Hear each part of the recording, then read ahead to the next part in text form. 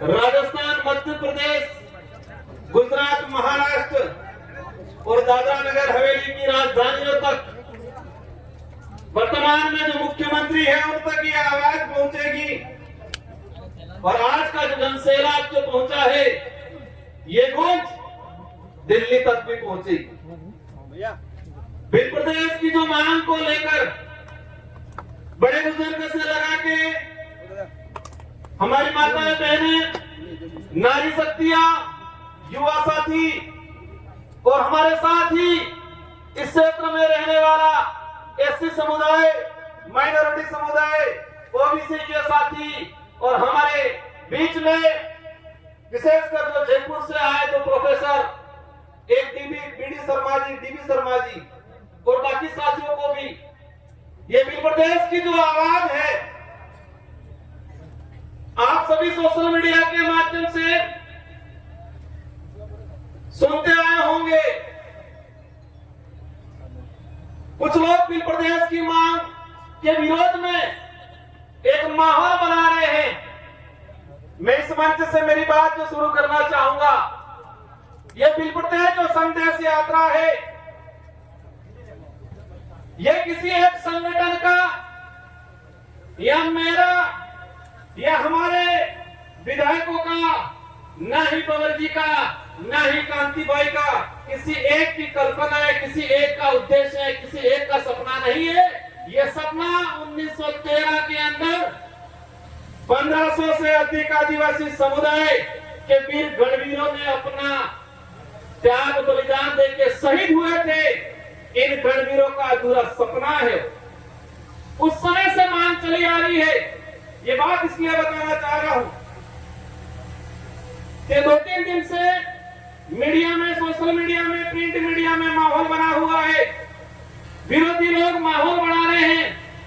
राष्ट्रीय पार्टियों के नेता भिल प्रदेश की मांग को गलत ठहरा रहे हैं, लेकिन उनको इतिहास में जाना चाहिए।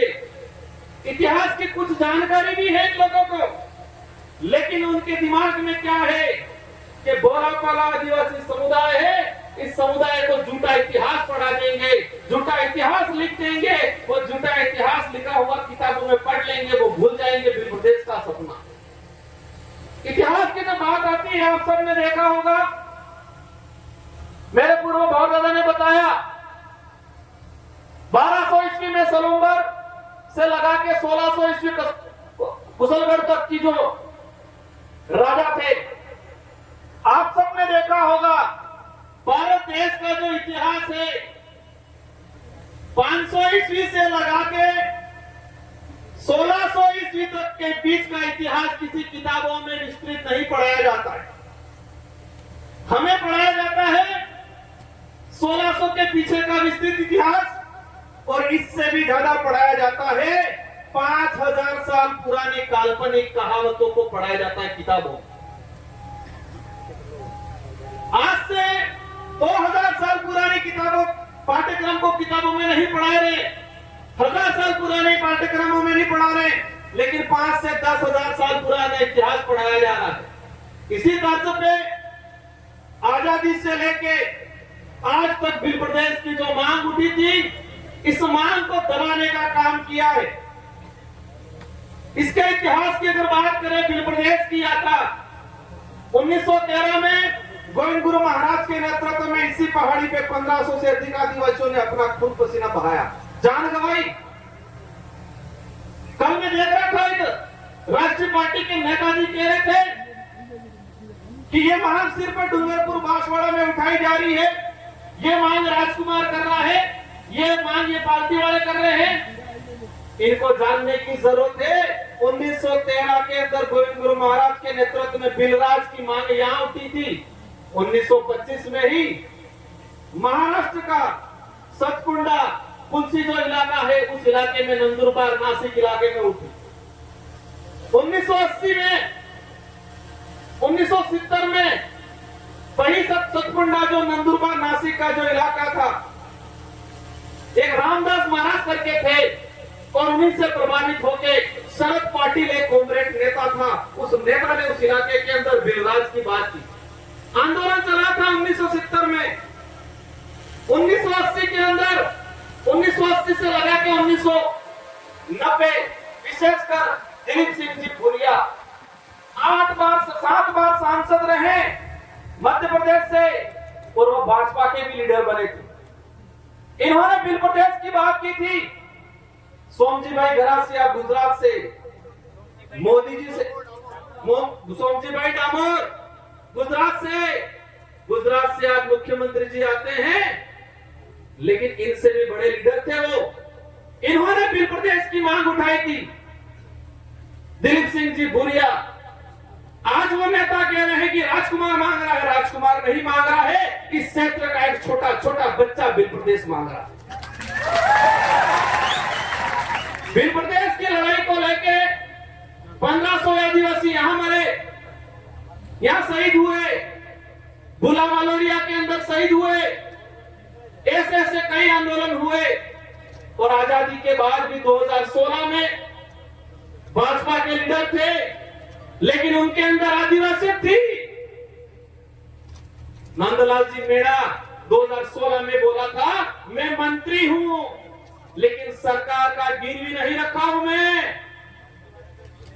बिल प्रदेश के लिए मंत्री पद भी छोड़ना पड़े तो छोड़ दूंगा, ये नंदलाल जी मीणा ने बात रखी।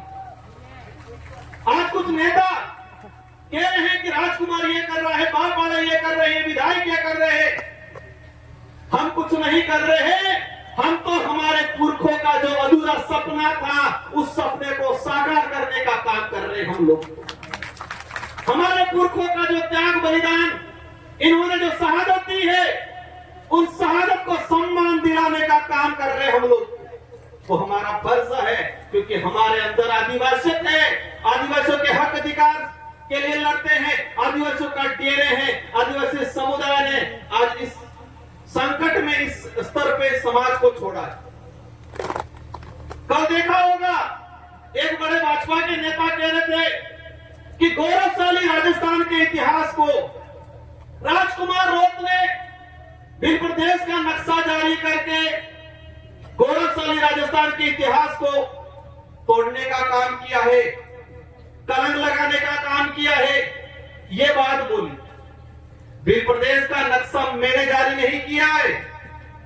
बिल प्रदेश का नक्शा अंग्रेजी शासन काल से लगा के वर्तमान जो समय में जिस इलाके के अंदर बाहुल्य क्षेत्र है, जिस इलाके के अंदर विकास नहीं हुआ है, वो सभी मिलकर बिल प्रदेश की बात है।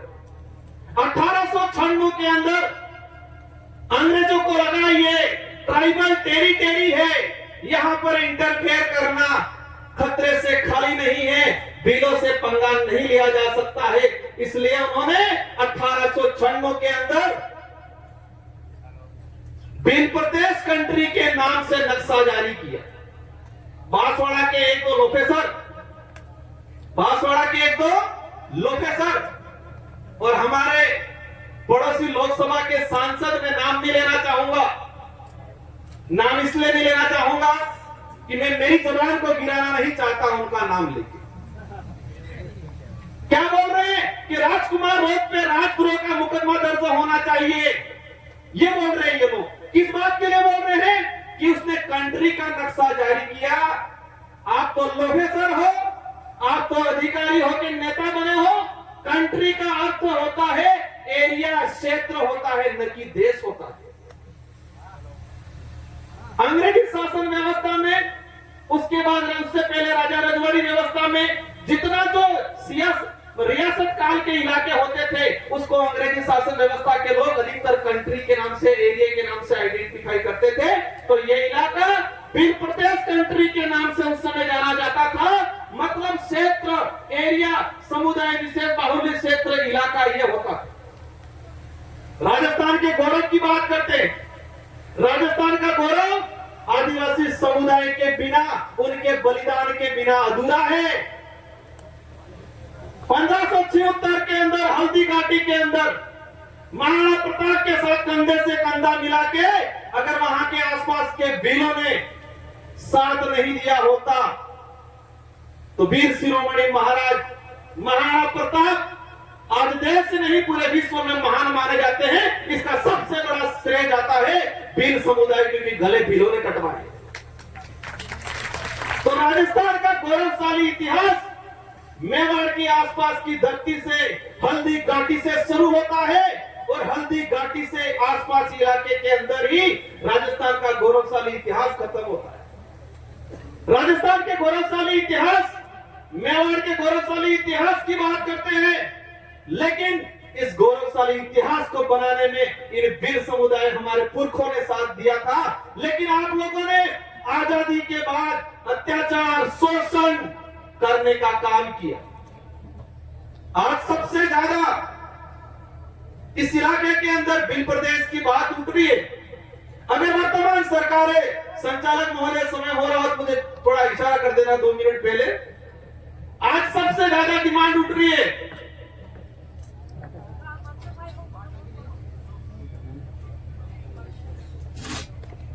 सबसे ज्यादा भिल प्रदेश की जो डिमांड उठ रही है, अगर वर्तमान सरकारें या आजादी के बाद से आज तक जो सरकारें बनी, इन सरकारों ने आदिवासी समुदाय का भला उद्धार करने का और संवैधानिक अधिकार लागू करने का काम किया होता तो साथ जनता हमको नहीं देती, उनको देती। आज ये काम कर ले, इस मंच से हम कहना चाहेंगे, जो भिल प्रदेश के विरोध में जो नेता हैं या कांग्रेस या बीजेपी के, भिल प्रदेश के विरोध में एक सम्मेलन करके दिखाओ, हम देखते हैं कितने लोग आते। आपके गुलाम नेता आएंगे, आपके गुलाम मानसिक दिव्यांग, अपंग नहीं कह सकते क्योंकि अपंग शब्द उन्होंने खत्म कर दिया। मानसिक दिव्यांग कार्यकर्ता आएंगे, पदाधिकारी आएंगे, लेकिन इस भिल प्रदेश टेरिटरी का आम आदमी आपके साथ नहीं आएगा। गौरवशाली इतिहास की बात राठौर साहब को जानना चाहिए, जिस महाराणा प्रताप के नाम से ये मुझे उमारते हैं, अगर ये भील नहीं होते तो इतिहास नहीं होता, और ये इतिहास नहीं होता तो आज राजस्थान का गौरवशाली इतिहास के नाम से ये मुझे नहीं ताड़ते। क्या स्थिति बना रखी है इस इलाके के अंदर? राजस्थान का सबसे पिछड़ा इलाका कौन सा है? यही ट्राइबल इलाका। शिक्षा की दृष्टि से सबसे पिछड़ा, स्वास्थ्य की दृष्टि से सबसे पिछड़ा, कुपोषण सबसे ज्यादा, बेरोजगारी सबसे ज्यादा, पलायन दूसरे शहरों में, दूसरे राज्यों में सबसे ज्यादा इस इलाके से। मध्य प्रदेश का सबसे कुपोषित इलाका, सबसे अशिक्षित इलाका, सबसे स्वास्थ्य की दृष्टि से कमजोर इलाका, यही झाबुआ, अलीराजपुर, रतलाम हमारा जो भिल प्रदेश टेरिटरी के अंदर। गुजरात का देख लो, गुजरात के विकास मॉडल की बात करते हैं। गुजरात में आज भी वन विभाग के अंदर 1 लाख आदिवासी परिवार आज अपना घर बना के बैठा हुआ है, आज उनको पट्टा नहीं मिला है। सरकारी रिकॉर्ड कह रहा है, हमारा जो ज्ञापन दिया था उस ज्ञापन में लिखा है वन भूमि पहले आई या आदिवासी पहले आया, वन विभाग पहले आया या आदिवासी पहले आया? तो आदिवासी पहले आया, वन विभाग को, उस वन को उपजाऊ बनाया, उसको संजोया, उसको तैयार किया और आज अतिक्रमण के नाम से हटा है। गुजरात के अंदर 1 लाख आदिवासी वन विभाग की भूमि पे रह रहे हैं। हमारी नजर में वो मालिक है उस जमीन के, लेकिन सरकार की नजर में क्या है? अतिक्रमणकारी। मध्य प्रदेश के अंदर 3 लाख आदिवासी वन विभाग की भूमि में रह रहे हैं, आज हमारी नजर में वो का मालिक है। राजस्थान के अंदर 52,000 आदिवासी परिवार, महाराष्ट्र के अंदर 2 लाख आदिवासी परिवार। इस तरह से पूरे देश के अंदर आज की तारीख में 26 लाख आदिवासी परिवार वन विभाग की भूमि पे रह रहा है। ये सरकारी आंकड़ा, केंद्र सरकार का जो जारी किया आंकड़ा, वो सरकारी आंकड़ा। अब समझ लो कि कई भाई ऐसे हैं हमारे जो आज भी सरकारी आंकड़े में नहीं है, लेकिन वन विभाग में। देश के अंदर 2011 की जनगणना के आधार पे 8 करोड़ आदिवासी है। 8% मतलब 13-14 करोड़, और आज की तुलना में आज के साउंड करते हैं तो 17 से 18 करोड़ आदिवासी देश के अंदर है। और वन विभाग की भूमि पे इसमें 1.5 से 2 करोड़ आदिवासी आज भी वन विभाग की भूमि। भिल प्रदेश की धरती पे 30% जनसंख्या आज भी राजस्व भूमि मतलब राजस्व या चारागाह की भूमि पे आज मकान बना के बैठे। हमारा भाई आजादी से पहले मेरे दादाजी सुनाते थे, जब पानगढ़ पे फौज आई हमारे घर के आसपास से जा गई तो कहते थे यहाँ पर पानी पी के गए हुआ था वहां 1913 में। उस समय से हमारे वहां बाप दादों का मकान बना हुआ है, कई मकान आज भी बिलाना में। सरकार आके कहती है आप अतिक्रमणकारी हो। आज देखा जाए कुछ लोग कहते हैं जाति के नाम से राज्य नहीं बन सकता, मान गए जाति के नाम से राज्य नहीं बन सकता, फिर आप धर्म के नाम से देश बनाने की बात क्यों करते हो? जाति के नाम से राज्य नहीं बन सकता मान गया मैं, फिर धर्म के नाम से हिंदू राज बनाएंगे ये बात क्यों करते हो? क्योंकि इस देश के अंदर सभी धर्म के लोग रहते हैं, सभी जातियों के लोग रहते हैं। बिल प्रदेश जो डिमांड है वो डिमांड सांस्कृतिक आधार पे है। संविधान की अंदर अनुच्छेद 2 में 3 में भाषाई आधार पर राज्य बन सकता है। एक सभी अपने दिमाग में डाल ले, क्योंकि आप लोगों को गुमराह करते हैं, कहते हैं संवैधानिक दृष्टि से ये सही नहीं है। पहले संविधान पढ़ लेना चाहिए उन लोगों। भाषाई आधार पे राज्य बनता है। डूंगरपुर नो कालियो ने दाहोद नो कालियो हर का बोले नहीं बोलता है। सांस्कृतिक आधार पे राज्य बनता है। बांसवाड़ा नो कालियो न्याय जाबुआ नो कालियो ने रतलाम नो कालियो हर का कोई कपड़ा पहने नहीं पहनता है।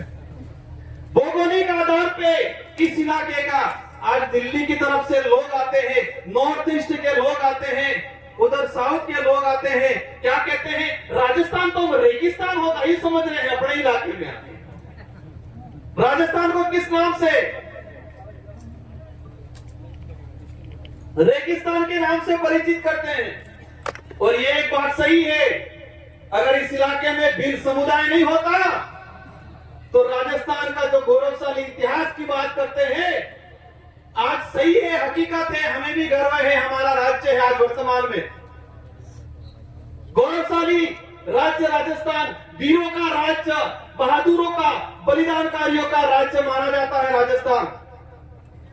अगर हल्दी घाटी का युद्ध नहीं हुआ होता, मानगढ़ पे 1500 आदिवासी शहीद नहीं हुए होते, तो आज के समय में राजस्थान को गौरवशाली राज्य नहीं कहते, क्या बोलते?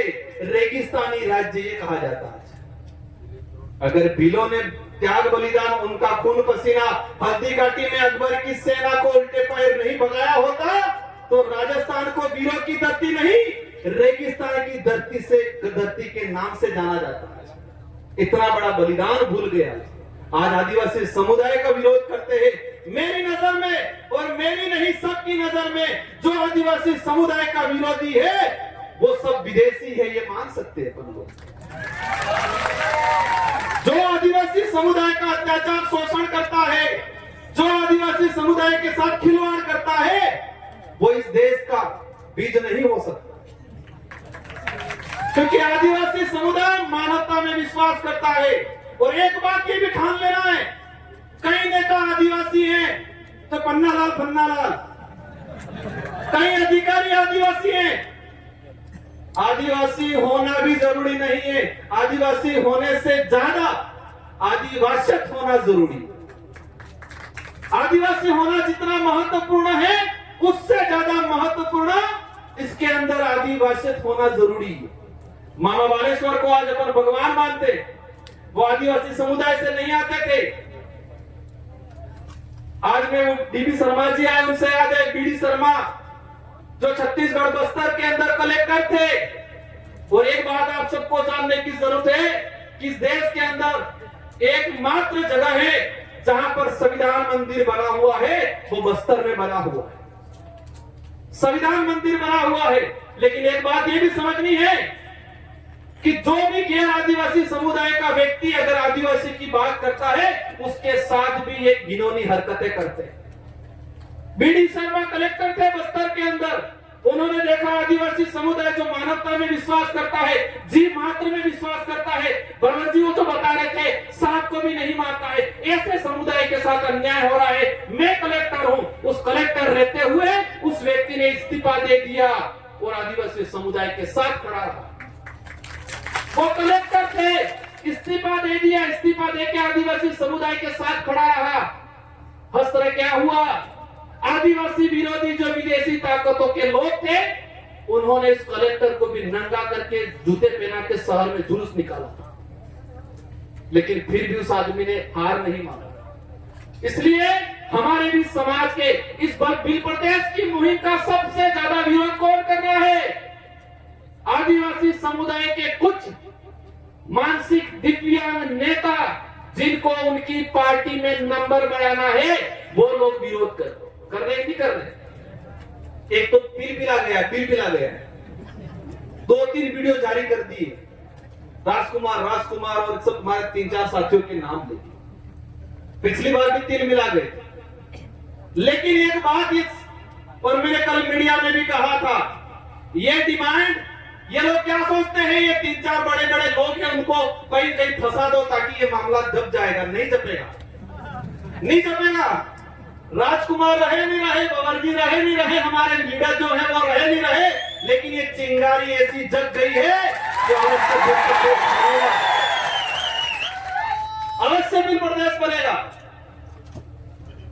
और ये चिंगारी मध्य प्रदेश, कुछ साथी आए थे सुबह 4-5 बजे अपने घर पे कि हमारा बिल प्रदेश के नक्शे के अंदर हमारा एरिया नहीं लिया गया, हमारे बिलवाड़ा आसिम के साथी।